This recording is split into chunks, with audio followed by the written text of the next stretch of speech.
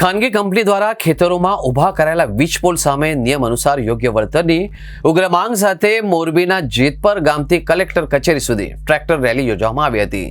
ખેડૂતોના જણાવ્યા મુજબ ખાનગી વીજ કંપની દ્વારા ખેતીની જમીનમાં વીજપોલ ઊભા કરવામાં આવ્યા છે, પરંતુ તેની સામે નિયમ અનુસાર યોગ્ય વળતર ચૂકવવામાં આવતું નથી। વારંવાર રજૂઆતો કરવા છતાંય કંપની કે તંત્ર દ્વારા કોઈ નક્કર કાર્યવાહી ન થતા ખેડૂતોમાં રોષ જોવા મળી રહ્યો છે। યોગ્ય વળતરની માંગ સાથે આજે મોટી સંખ્યામાં ખેડૂતો ટ્રેક્ટર લઈને જેતપર ગામથી મોરબી કલેક્ટર કચેરી સુધી પહોંચ્યા હતા। રેલી દરમિયાન ખેડૂતોએ સૂત્રોચ્ચારો કરી વિરોધ નોંધાવ્યો હતો। કલેક્ટરને આવેદનપત્ર પાઠવી તાત્કાલિક નિરાકરણની માંગણી કરી હતી। ખેડૂતોએ ચીમકી ઉચ્ચારી હતી કે જો ટૂંક સમયમાં નિયમ મુજબ વળતર નહીં ચૂકવાય તો આગામી દિવસોમાં આંદોલન વધુ ઉગ્ર બનાવવામાં આવશે એવી ચીમકી પણ આપવામાં આવી હતી। અમે અત્યારે આવેદનપત્ર દેવા માટે ટ્રેક્ટર લઈને આવેલા જેતપર અને આજુબાજુના ગામના ખેડૂતો હતા અને આવેદનપત્રમાં અમારી મુખ્ય માંગણી એ હતી કે કલેક્ટર સાહેબ ટેલિગ્રાફ એક્ટ 1885ની કલમ 16 હેઠળ હુકમ કરે છે તો પછી અમને વળતર દેવા માટે ગુજરાત સરકારના પરિપત્રનો શું કામ ઉપયોગ કરે છે? અમારી ખેડૂતોની એક જ માંગ છે, અમને વળતર પણ ટેલિગ્રાફ એક્ટ 1885ની કલમ 10D હેઠળ જે કંપની અમને નુકસાન કરે છે એ નુકસાનનું સંપૂર્ણ વળતર આપવામાં આવે। અને માગણી બીજી એ હતી કે આ સંપૂર્ણ વળતર કેન્દ્ર સરકારની જે ગાઈડલાઈન છે 2024ની એમાં સ્પષ્ટ ઉલ્લેખ છે એક હપ્તે અને તે પણ એડવાન્સમાં। એટલે અમારી માંગ એ છે તમને પહેલા પૈસા આપી દો સંપૂર્ણ વળતર અને પછી જ અમારા ખેતરમાં જીસીબી કે ઈટાચી લઈને કામ કરવા આવો, એ પહેલા ખેતરમાં ન આવો।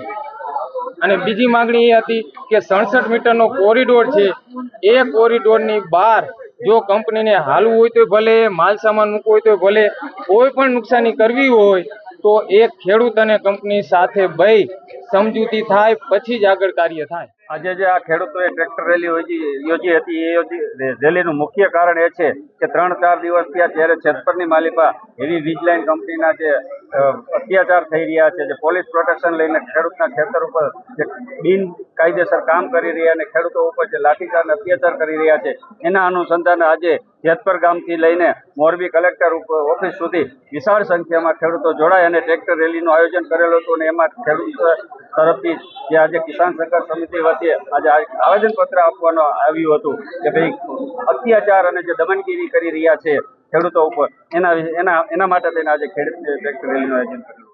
ઇન્ડિયન ટેલિગ્રાફ એક્ટ પ્રમાણે મોરબી જિલ્લામાં વિવિધ ટેલિગ્રાફ લાઇનની કામગીરી અત્યારે ચાલી રહી છે, જેમાં વિવિધ જોગવાઈઓ છે જે પ્રમાણે 16 પ્રમાણે રાઇટ ઓફ વેની જે મંજૂરીઓ છે આપવામાં આવે છે। એ ઉપરાંત જે વળતર છે એ બાબતે સમિતિ દ્વારા વળતર નક્કી કરવામાં આવે છે। વળતર બાબતે કોઈ પણ ખેડૂતને અસંતોષ હોય તો ટેલિગ્રાફ એક્ટની કલમ 16(3) અંતર્ગત ડિસ્ટ્રિક્ટ જજ પાસે એ બાબતે પણ અપીલ થઈ શકે છે। જેટલી પણ કામગીરી અલગ અલગ ગામોમાં ટ્રાન્સમિશન બાબતે ચાલી રહી છે એ તમામ કાયદાની તમામ જોગવાઈઓનું પાલન કરીને કરવામાં આવી રહી છે। વળતર બાબતે જે સમિતિએ વળતર નક્કી કર્યું છે એનાથી કોઈને અસંતોષ હોય તો એની પણ જોગવાઈ કાયદામાં જ કરવામાં આવી છે કલમ 16(3) અંતર્ગત। તમામ જે ખેડૂત મિત્રો છે એમને પણ અમે જણાવીએ છીએ કે આ પ્રમાણે જે કાયદાની જોગવાઈઓ છે એના અંતર્ગત તમે જે વળતર બાબતે પ્રશ્ન છે એની નિરાકરણ લાવી શકો। સર, એડવાન્સ પેમેન્ટની માંગ થઈ રહી છે અને બીજી બાજુ કોરિડોરનો ભંગ થઈને ખેડૂતોની જે બીજી જમીન છે ઉપજાઉ જમીન એના પર સાધનો પડ્યા રહે છે અને એની જમીનને પણ બિનખેતી કરવાના પ્રયાસો થઈ રહ્યા છે। સરકારશ્રીના 2017ના પરિપત્ર પ્રમાણે 40% રકમનું પેમેન્ટ ફાઉન્ડેશન પૂર્ણ કર્યા બાદ, 40% રકમનું પેમેન્ટ ઇરેક્શન પૂર્ણ થયા બાદ અને 20% રકમનું પેમેન્ટ સ્પ્રિંગિંગ પૂર્ણ થયા બાદ એ સરકારશ્રીનું 2017નું જે પરિપત્ર છે એમાં બહુ સ્પષ્ટ જોગવાઈ કરવામાં આવેલી છે અને જેટલી પણ ટ્રાન્સમિશનની કંપનીઓ છે તમામ દ્વારા આનું પાલન થાય એના માટેને સ્પષ્ટપણે સૂચનાઓ આપેલી છે। કોરિડોર સિવાયની જમીનમાં નુકસાની થઈ છે એ જવાબદારી કંપની લેશે કે થોડી?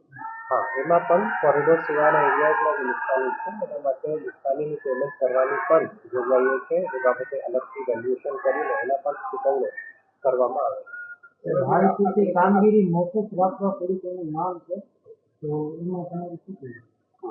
જે પણ પ્રક્રિયાઓ અત્યારે ચાલી રહી છે કાયદાની રીતે અને કાયદાની જોગવાઈઓ પ્રમાણે ચાલી રહી છે, જેથી જે પણ કાર્યવાહી છે એ કરવામાં આવશે. એના દ્વારા જે આવેદન આપવામાં આવ્યું છે એનો અમે અભ્યાસ કરીશું. પરંતુ જે દેશના વિકાસ માટે સરકારશ્રીની જોગવાઈઓ, સરકારશ્રીના નિયમો પ્રમાણે થતા પ્રોજેક્ટ્સ છે એમાં કોઈ પણ પ્રકારની રૂકાવટ પણ